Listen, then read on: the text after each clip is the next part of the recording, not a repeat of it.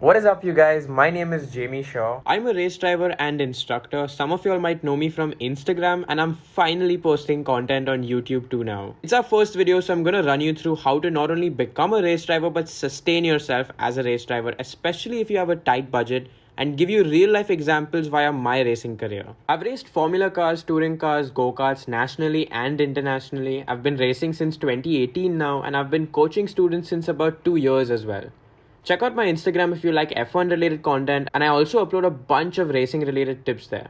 I'll also be mentioning about scholarships and sponsorship opportunities at the end of the video, so stay tuned. And one last thing before I get going, age is just not as important as you might think it is. Whether you're 8, 18, 28 or even 38 like Ken Block was when he took his very first rally racing course, that's right, and barely anyone knows about that, racing will always give you tons of options. It's complete bullshit that you need to be 3 weeks old to start racing, otherwise you're too old. So let's get started. Now, the second most important thing that will make or break your career is guidance. It's why I've created India's first and only hybrid motorsport course offering complete career guidance. From year-long career counseling to on-track coaching, theory training, technical training, and even brand building with sponsorship opportunities. Check out the link in the description and use code SHAWYouTube for a special 40% discount. In number 1 is finance. But beyond having funds is how you spend those funds. I've seen a lot of racers fall off the grid simply because they burned through all their funds too quickly under improper guidance. So even if you have funds, getting improper advice can be super costly.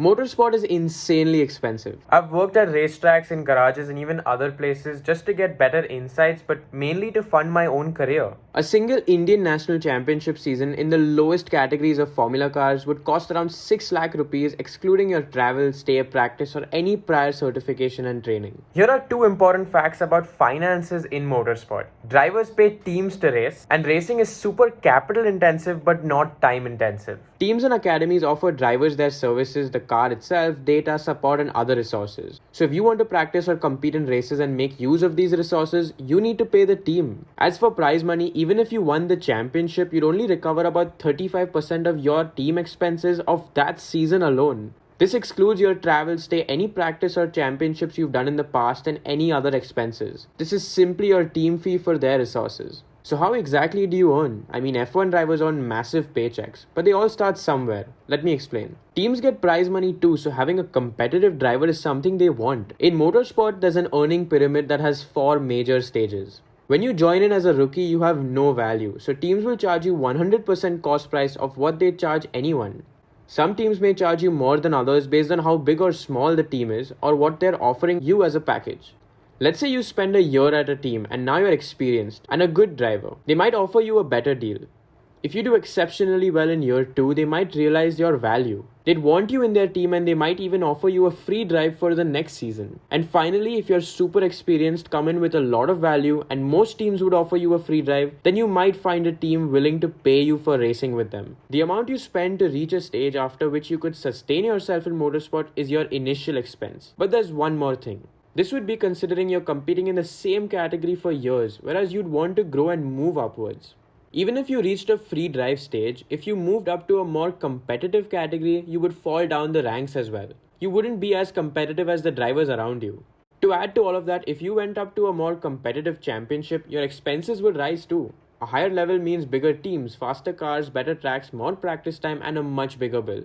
If you had an unlimited budget, wanting to grow as fast as possible, the aim would be to climb through the ranks super quickly, gaining as much exposure with very little time, and still manage to be super competitive. If you found yourself to be less competitive, you'd need to spend a bit more time at some stages, or you'd simply be eaten alive at later stages. If you had a limited budget, you'd still want to grow as fast as possible, of course. But in this case, you might not have the budget to afford the higher class championships. You'd be forced to compete in the same category for a bit longer. But just like situation A, you'd want to gain as much exposure with very little time. Track time is expensive, so if you're a quick learner, that's your money and time saved. Oftentimes, people with higher budgets can afford more practice and end up being faster. But this is the time where the underdogs can really shine. I've struggled with finances too. My first year in karts, I got around 40 minutes of practice time per week in rental karts, going up against pros who had some fancy equipment and personal karts. They spent around 8 to 12 hours on track per week, but I narrowly missed out on the championship and finished second that season.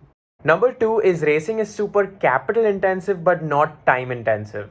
I used to work a full-time internship through the week alongside my college, all alongside trying to build myself as a race driver, and I still had enough time to go racing. National championships in India are only 4 to 5 rounds long, spread across 3 to 5 months. All the circuits are in Tamil Nadu, meaning you need to travel there to practice as well. 5 rounds is 5 weeks. If you made 5 practice trips, which is more than sufficient, you'd still be spending just 10 weeks a year racing. You could surely manage education or even a job alongside. If money wasn't an issue, you could do multiple championships each year. This would help you progress faster. If money was an issue, you could manage a job alongside and still have a super successful racing career. I'll soon be making a video on various motorsport related jobs you can check out. So from everything we've learned, here's exactly how racing can be sustainable. At stage 1, you start off paying a huge amount. That's your initial expense. Stage 2, you got a better deal after gaining experience. This cut your expenses. If you're winning, your prize money would help further reduce your total expenses. If you got a better team deal plus you won enough, you might nullify all your expenses. Now, if you had a job alongside this, you wouldn't be using your earnings to fund your career. All your earnings would be your savings. This is because your racing would support itself. And there you go, you've already made your racing career into something sustainable. But there's more. At stage 3, you get a free drive. You have no expenses, but your prize money still exists. So you would be earning through racing even if it was a small amount. And finally, at stage 4, you'd be getting paid to race. You'd earn through your prize money and you'd have a job alongside, generating sufficient funds. Just to remind you, we haven't given a look to sponsorships or scholarships either. Sponsorships in Indian motorsport are tremendously difficult to get. There is very limited coverage offered to the sport, unlike cricket, and so sponsors don't get enough return on their investment. But there's a loophole. You can build your own coverage. Social media, PR activities, and simply putting yourself out there allows sponsors to get more coverage through your own reach. Connects is the name of the game, I'd say. Building your network would open a ton of doors and eventually land deals even championship winning drivers couldn't secure. When it comes to scholarship programs, my team Momentum Motorsport hosts such programs where winning drivers are provided with 100% paid scholarships for the entire championship. You can check out the links below to get in touch with them for upcoming programs. So I hope this proves that motorsport can be sustainable. You just need proper guidance. Initial expenses will surely be high, but if you can figure a workaround, then you can progress far further ahead than you think. So I hope you guys enjoyed the first part of this video. Click the notification bell to get reminded for the next video. If you have any questions, let me know in the comments below and subscribe for more such content. Cheers.